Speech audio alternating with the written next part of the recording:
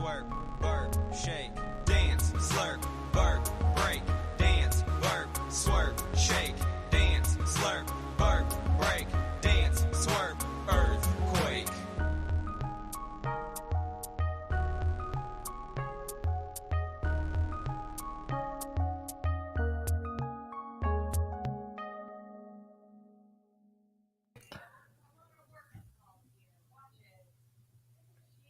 Hope everybody had a lovely Christmas day. We're back to somewhat, it's not really normalcy, is it? We got a couple days of normalcy. Then you roll into the New Year's stuff, and then we hit normalcy after New Year's. We're still very much in the holiday season. The holiday spirit is strong at the moment. It's like a hair or something hanging off the front of my hat that I probably should have noticed before going on air, but it's too late to do anything about that now. We're in it now. We're in it. Figure out what it is. Maybe it's on my glasses. Good start to the show, Dan. Coming in with a flourish here this morning. This is Fantasy NBA Today, a Sports Ethos presentation. I am Dan Vespers. We got 5 games to go over from yesterday. We'll give you a quick little preview of what's coming up on Tuesday night. It's a pretty good-sized Tuesday, mostly because yesterday was a pretty small Monday. A 9-gamer this evening. And good news all around, everybody. Christmas presents abound. Because, no, of course, I'm not talking about Bruce Brown being ruled out. That one is not an impact situation. I am, of course, talking about the fact that 3 players that have been out a long, long while are all due back tonight.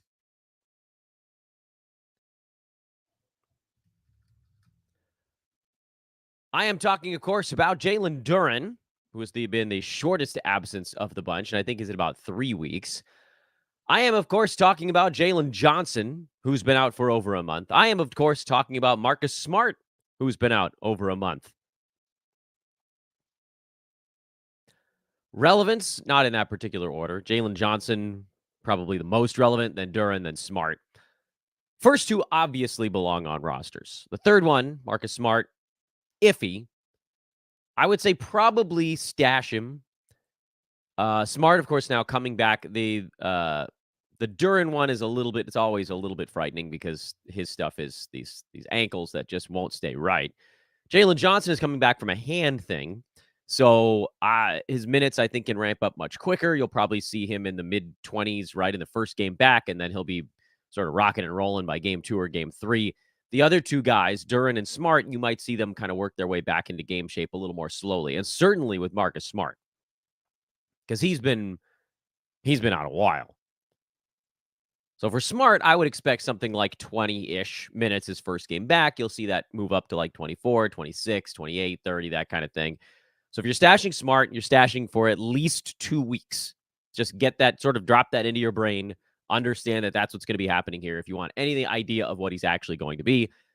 And then the other 2 guys obviously belong on rosters, just sort of grain of salt on Jalen Duren. How fast do they work him back into things? He might be coming off the bench here. We'll see what Detroit does. They obviously want wins, but they can't afford to break Duren again because he's one of the only players they have that can actually help them get wins. Regardless, it's fantastic news. I was thinking about posting a picture, and I might still do it later on today. I have a team that has all 3 of those guys actually on it, which it's like, oh, of course, Dan. But no, not really. You know, like the fact that I have Jalen Johnson and Jalen Duren is not all that surprising. Those guys were very high in the Brewski 150. I was high on Jalen Duren. I rolled with Brewski on Johnson as a late round pick because it's like, well, whatever. You know, what if this goes wrong? And then, of course, it hit really hard. So it's not that crazy that I have Duren and Johnson, the 2 Jalens. It is a little funny that I also have Marcus Smart. That team also has Zach LaVine. So if we got news out of the sky that Zach LaVine was going to magically reappear, he's not, by the way. But that would really, like Jeffrey or the dude's rug, not the Big Lebowski, the Little Lebowski. That really would have tied the room together. Anyway, I'm feeling good as a result. And you should too, because these guys have been out a while. And the team that I have them on happens to be one of my stupid head-to-head teams. Again, you guys know I can't stand it, but I'm going to play them. I'm going to always play head-to-head because I know you guys really want me to talk about it, and so I'm going to keep doing it. That team somehow stayed afloat. It was in second place when all of those guys went down, and it's in fourth place now, and only 2 games back of second place. Not much of a chance of getting back to first.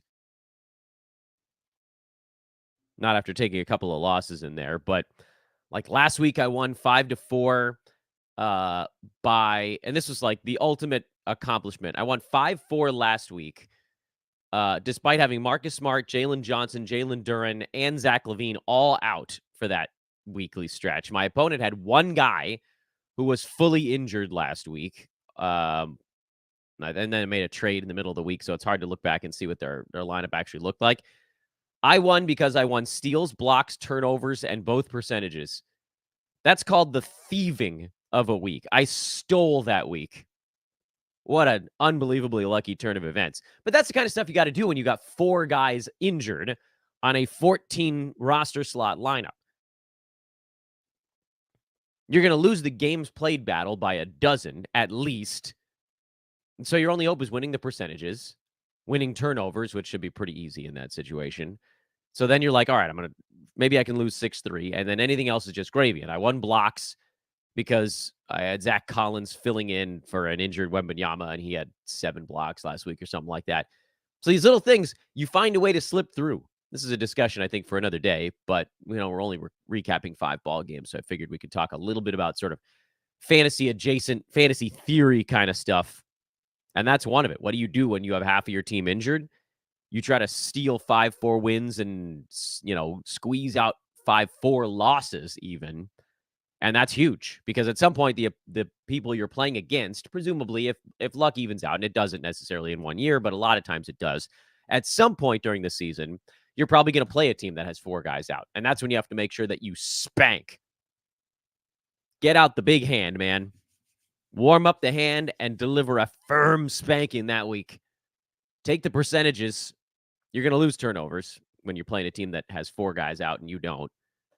Win the counting stats. Win everything that counts. Try to take at least 1 percentage and come out with a nice 7-2 win. Rack up the W's in the weeks you can. Minimize the L's in the weeks you can't come away with a nice win. And that was it. I mean, that was what my last 3.5 to 4 weeks have been in that league. By the way, I continue to think it's dumb that that's the way you got to play fantasy sports in head-to-head leagues, but that is a thing you got to do. If you want to win competitive head-to-head leagues and you go through a stretch where 30% of your team is hurt, you're going to play teams where 30% of their team is not hurt, and you got to find a way to minimize losses. You just have to.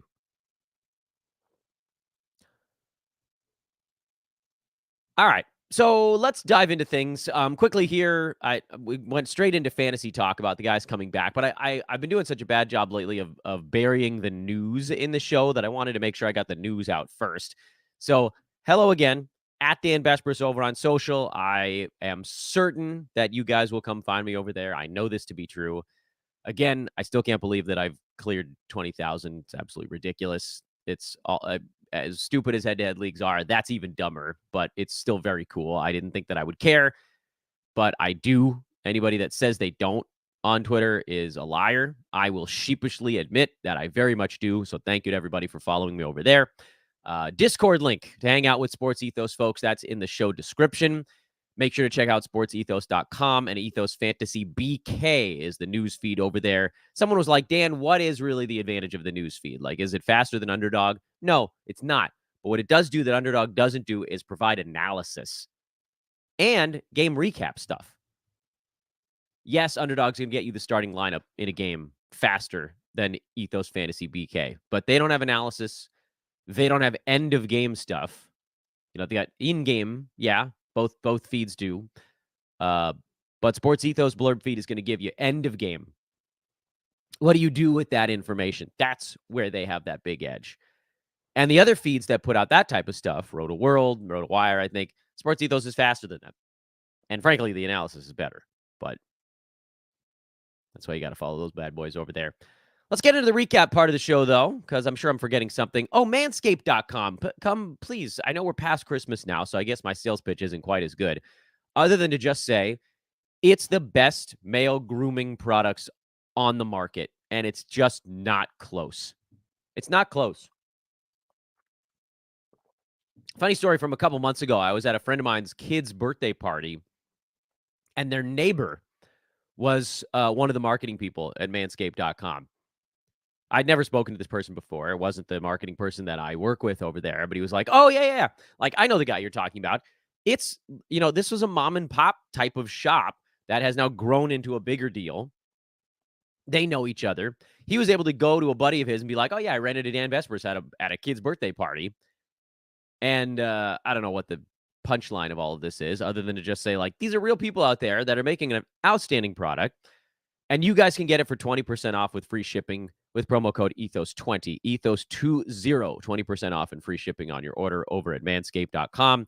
Sideburn trimmers, actual electric razors, nail kits, boxers, shaving creams, all kinds of amazing stuff. Chapstick, it's for your mouth. Don't be weird. ETHOS20, get 20% off and free shipping when you head over there. So we got the news done early today. We did the news at the beginning of the show because I'm a good host now. Let's talk about what happened yesterday. On Christmas Day, what a glorious, glorious time. 9 a.m. Pacific time, you could put on the TV. You just switch the channel once every 2.5 hours, basically, and you got basketball all day long. Knicks finally got their revenge on the Bucks, who had beaten them 9 consecutive times. Bucks put up a pretty good fight, nonetheless, but the Knicks just had a little bit more in this particular ball game. The whole, and I struggle with this as well. When do we play Bobby Portis? Because he's very much part of my stream while warm thing, and he's been warm lately. So Portis has been a play, top 50 over the last 2 weeks. We know that won't last forever. He goes for these types of runs, top 50 to 80 range for a couple of weeks. Then he falls into that 150 range for a couple of weeks. As long as he's still getting minutes, which he is right now, Portis got another 31 in this ball game, then he needs to be played.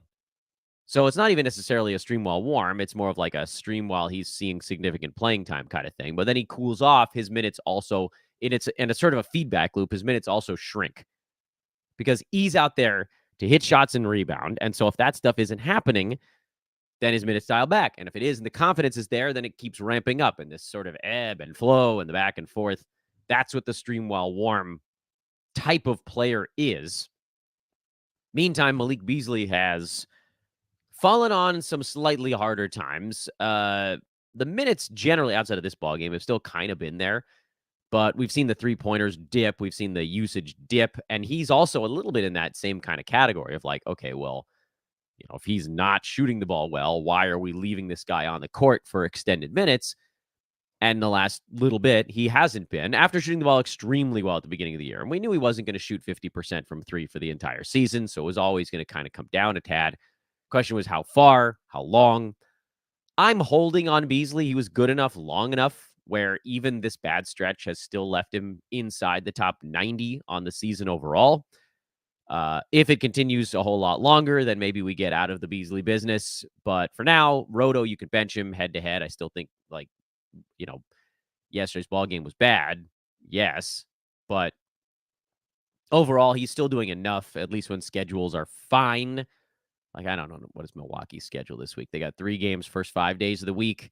Then they're off for a couple of days. Then they got 4 coming up after the head to head. You're probably not moving on because the schedule is decent enough where there isn't a big harm done by holding on to this dude.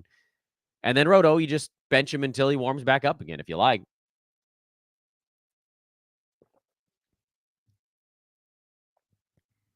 No real surprises on the Knicks side. Josh Hart had one of his better ball games. So did Emmanuel Quickly, but I'm not moving off of my position that these guys are schedule plays only.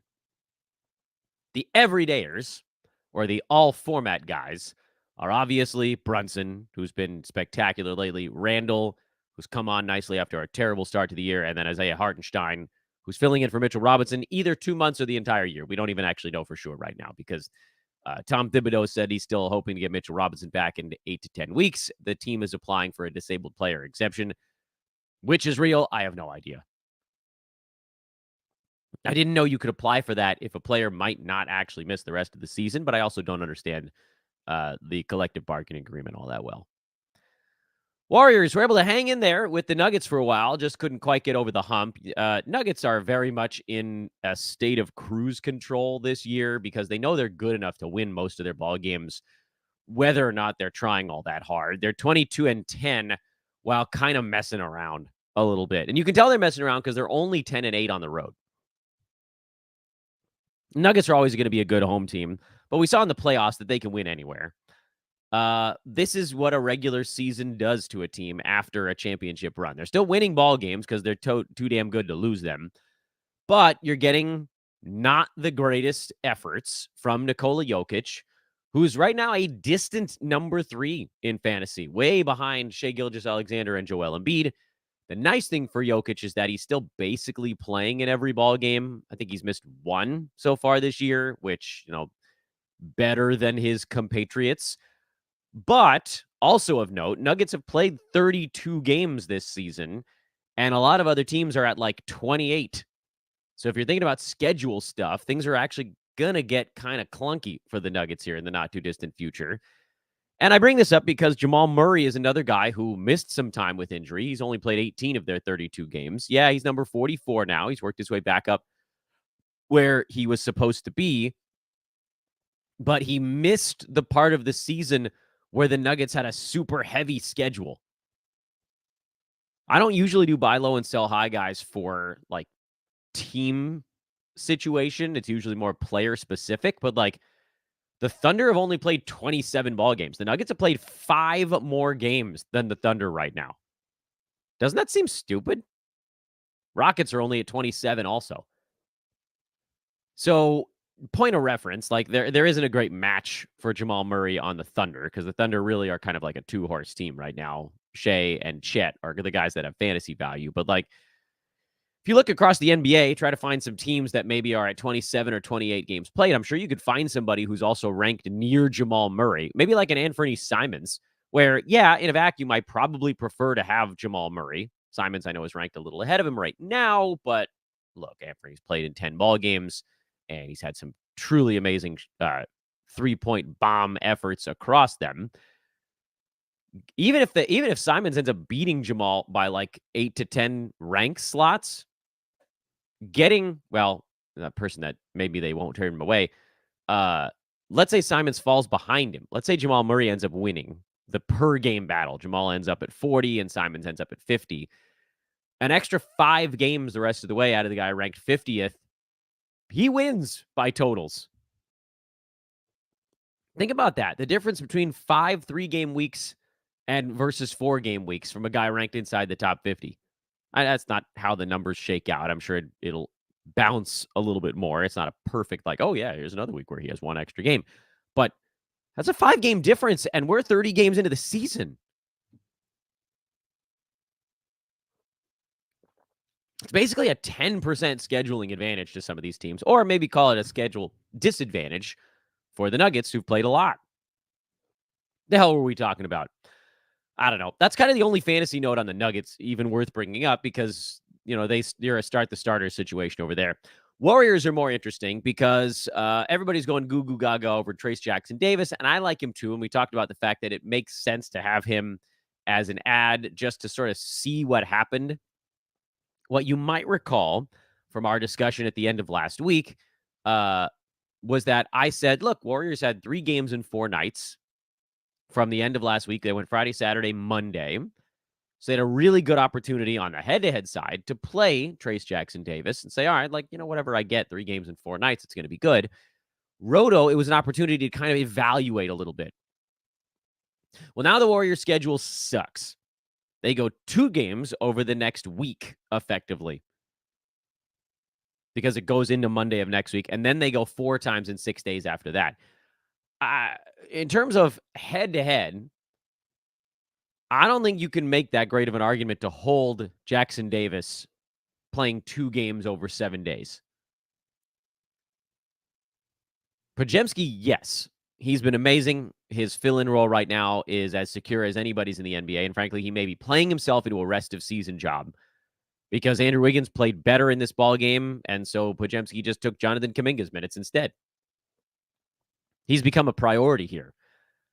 I do think eventually he hits a bit of a rookie wall, and that's okay. He's a young dude acclimating to the NBA. Suddenly he's now playing gigantic minutes against gigantic people, and he will probably run out of gas, especially when a lot of what he does is sort of glue hustle stuff. You saw it with Ausar Thompson. These guys, rookies run out of gas. They just do. But as long as he has any fuel in the tank, Podziemski's a guy that needs to be rostered and started everywhere.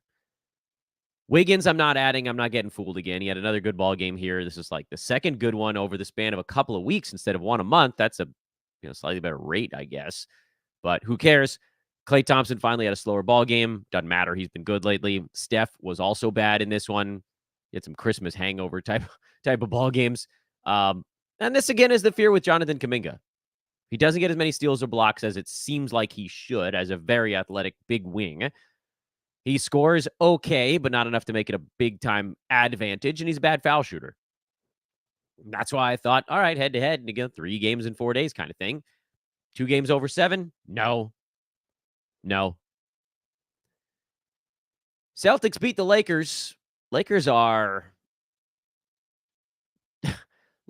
dabbling in a starting lineup that makes about the least sense of any lineup from any team outside of the Pistons all season long. I don't want to get too far down the Lakers rabbit hole. You guys know that I'm a very pragmatic Laker fan. I like to see them win, but from a fantasy standpoint, I'm not going to get fooled in anything with this ball club. Let's talk fantasy first. Fantasy, Derek White is a first rounder for the last month. 18 points and 11 assists in this ball game. The Celtics had 31 assists. They shot 51% from the field. Lakers only forced 8 turnovers, which I'm going to come back to why talking about some of the team numbers matter. Jason Tatum finally had a good free throw shooting game. I bring that up because it's one of the big reasons that he's ranked in the 30s this year. Tatum's number 34, which, by the way, is actually up 2 slots from last Wednesday when he was at 36. A lot of it is the fact that he's shooting 80% at the foul line, 79 and change before this ball game, instead of 85 or 86 on high volume. That went from being a big positive for Tatum to actually a small negative. Call it neutral if you really want. He's not going to score as much, not with Drew Holiday and Kristaps Porzingis around doing stuff. Rebounding numbers are still good. 3-pointers are still good, but they'll be a little bit lower. Steals and blocks are a little bit lower. Assists are still fine. That free throw number, if it starts to come back where it's supposed to be, he moves up a round. I don't think he's getting into the first round per game this year, though. But if you can get Tatum for a second rounder, I think I probably would still do it. Now, on the Lakers side, I've been saying on this show that I think Taurean Prince is an all formats dude, and I stick by that. He's been very warm from three-point land. He's playing gigantic minutes because he's basically the only guy the Lakers trust to knock down three-pointers, at least among the sort of non-key guys. So keep Taurean Prince. Hachimura's seeing an increased role. He was a +5. He was actually the only Laker who was a plus in plus-minus in this ball game. That's not enough for fantasy purposes, but he is going to take a bunch of shots because the other wings can't score. I don't know what the hell the Lakers are doing.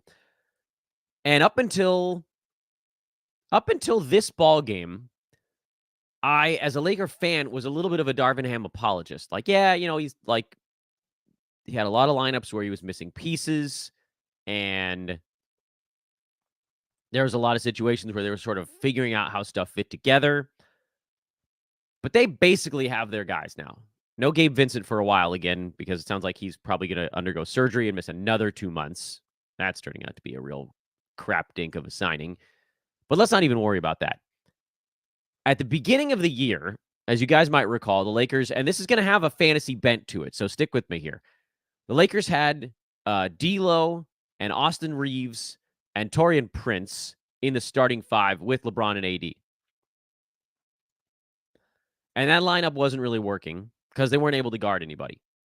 Okay, fine. I think you could argue that those are the five best offensive players on the Lakers. The Prince versus Rui Hachimura thing is debatable, I guess, but basically five best offensive players. And they got off to slow starts because other teams were beating them up on the defensive side. I thought, all right, well, we can't start Reeves and Russell together. These two guys are not good rebounders. They're not great defensively. Let's get one of them out of there. Let's get Cam Reddish in. I think there was somebody else first, actually, if I recall. And then it switched over to Reddish because Vanderbilt was out. I think Vincent, maybe he got a start. Nah, I think he was out already. I don't remember exactly. So Reddish got in there, and that actually worked for a little bit because he was sort of long. He was creating steals. They put him on guards to try to slow down opposing teams' primary guard. Taurean Prince would often take sort of the primary wing. Anthony Davis could handle whatever was going on in the middle, and that worked for a little bit. And then the Lakers decided that D'Angelo Russell was the problem and moved him to the bench. But didn't bring Reeves back into the starting five. And instead, they brought Jared Vanderbilt into the starting five because they were like, oh, we still need more rebounding. But now you've got two guys in the starting unit that aren't big men, but also can't really stretch a floor to where an opponent cares about them. It is the most nonsensical lineup decision that I've seen, again, outside of the Pistons this year. If you wanted rebounding, it had to be Hachimura.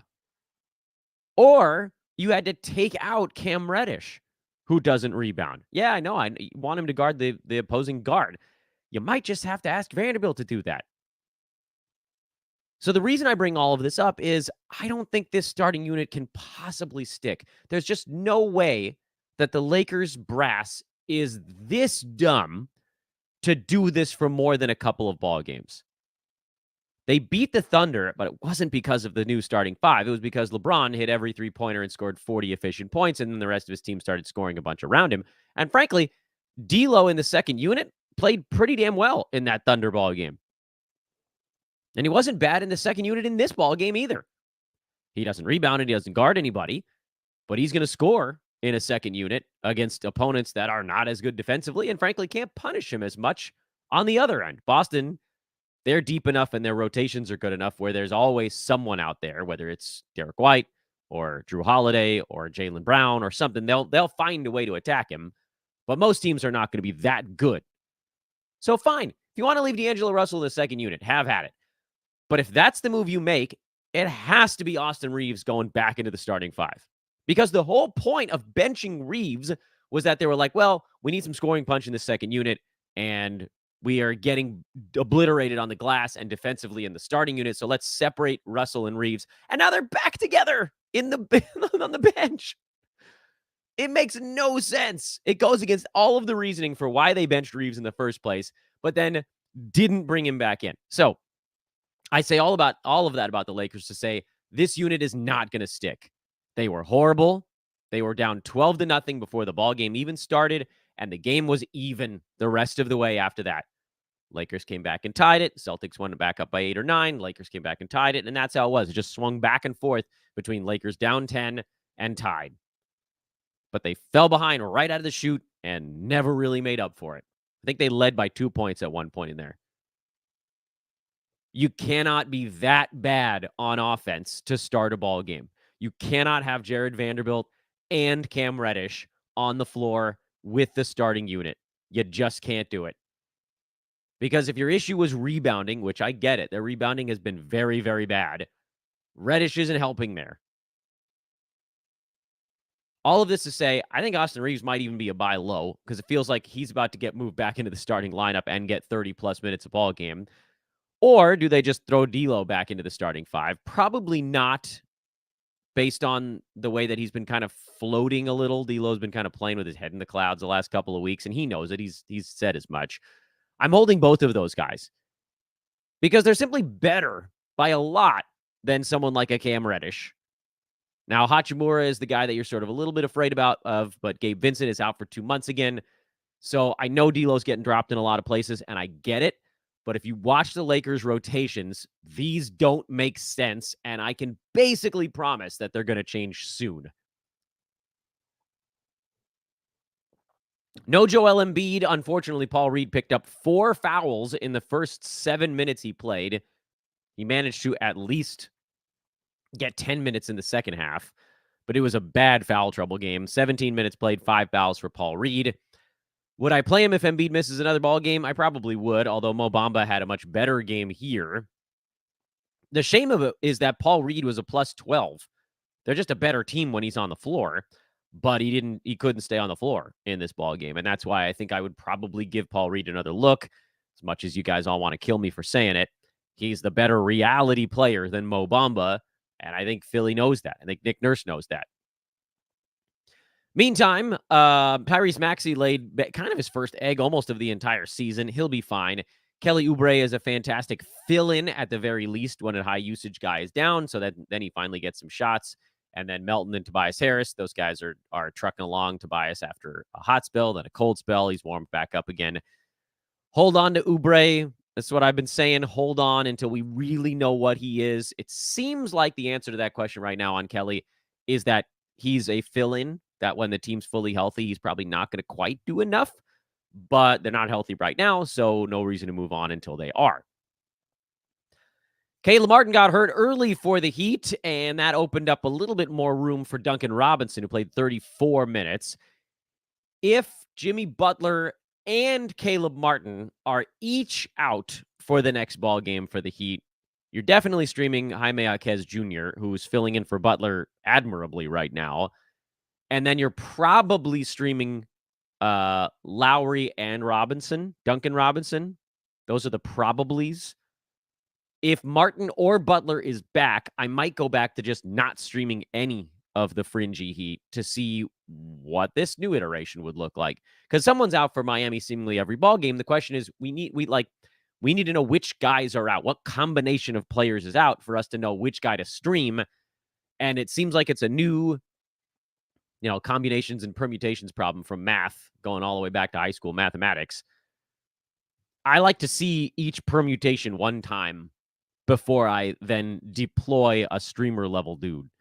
And so now we saw from the previous game, when it's Butler that's missing, Jaquez is the guy that gets his start. He's the safest of them. Duncan Robinson has been playing well, but his minutes fluctuated when everybody else was healthy. Well, Caleb Martin went down, so Robinson's minutes moved back up into the 30s instead of the 20s, and that's enough for him to get it done. Kyle Lowry, they're going to need him to move the basketball. He'll still get some threes, some steals, some assists when all of these other guys are down.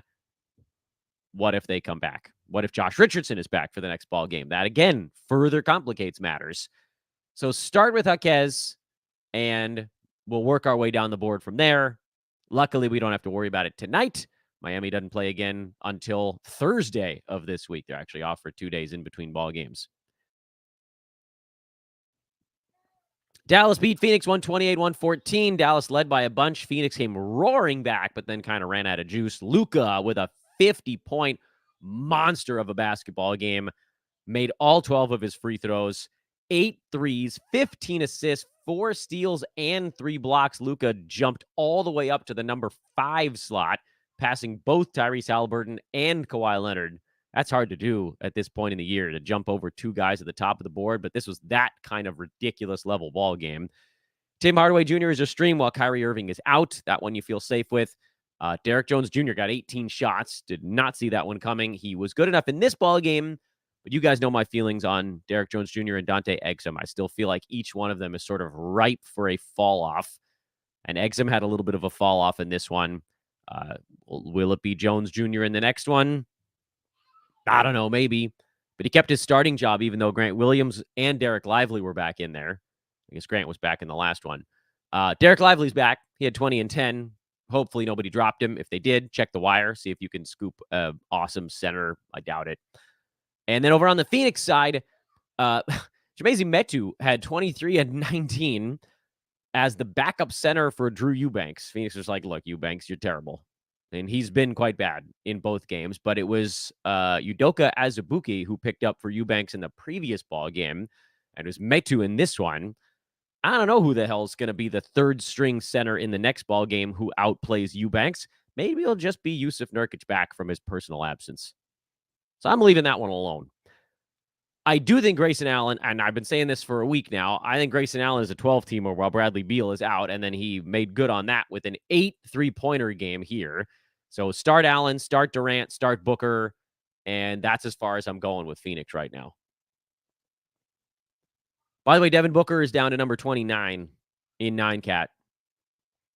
Don't mean to alarm anyone. That's on a per-game basis. And that's still with Bradley Beal not having really played at all this year. I don't take pleasure. So I'm not like trying to celebrate this. A bunch of people were in my mentions a month into the season when Booker was number 6.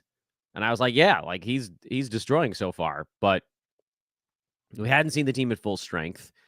And frankly, he was playing over his head in both percentages and assists and steals. And some of that stuff has come down. By the way, the fact that he's only number 29 while averaging 27, 5, and 8 is kind of insane. That's how incredible the top of the board is in fantasy this year. But it's the truth. He was drafted at 13, 14. I said I thought he was going to be back in the 25 to 30 range, and that's where he is right now. And it's not because he's not a great basketball player who puts up large fantasy numbers in a few things. It's because I thought that there wouldn't be enough in threes, steals, blocks, turnovers, rebounds. They're not bad, but they're just not quite at that elite or even at like a break-even level to where the stuff that he does that's very, very good can counterweight it enough to be in that top 15. I mean, think about what the guys have to do to be a top 15 player this year. The numbers are extraordinary. Donovan Mitchell is basically Devin Booker plus a crap ton of threes and defensive stats. It's hard to get up near the top. It's very difficult. Tyrese Halliburton is averaging 25 and 12 assists a game. Like, how the hell do you get in the top 10 right now? Scotty Barnes, 21 points, 9 boards, 6 assists, 2 threes, almost 3 defensive stats.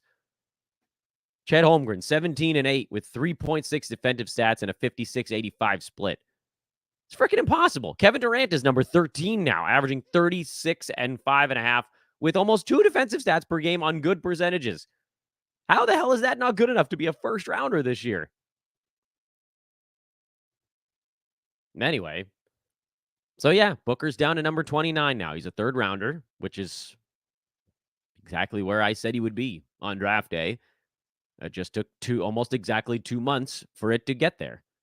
But remember, he missed 2 weeks. So the great leveling for him happened 2 weeks later. The great leveling, man. It levels us all. Mid-show reminder again to check out our buddies at manscaped.com. Promo code there, Ethos20. Find me on Twitter at Dan Bespris. And do take a moment to like, rate, and subscribe. And I know that I am running dangerously far behind on replying to YouTube comments. You guys know with the holidays, it's been just a little bit of a tougher time to get back at everybody. I will do my best to do so today. Again, if you're trying to get a hold of me, the YouTube comments is the best place to do it. That's where you can post stuff after the show is officially uploaded. So when the live stream finishes, that's the place to get a hold. Let's do a very quick look at what's coming up here on a 9-game Tuesday, and then we'll wrap up the show. Orlando is in Washington. There isn't a whole lot to pay attention to there other than whether certain guys are in or out.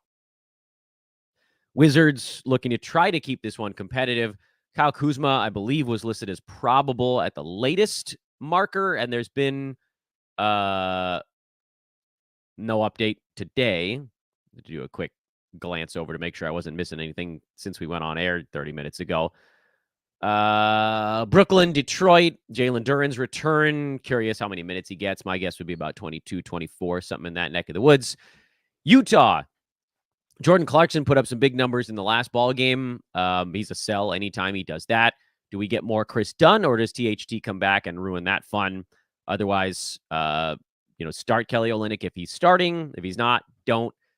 San Antonio, we got an Wembanyama update. He was available at shoot-around today. He participated, so presumably he'll be playing.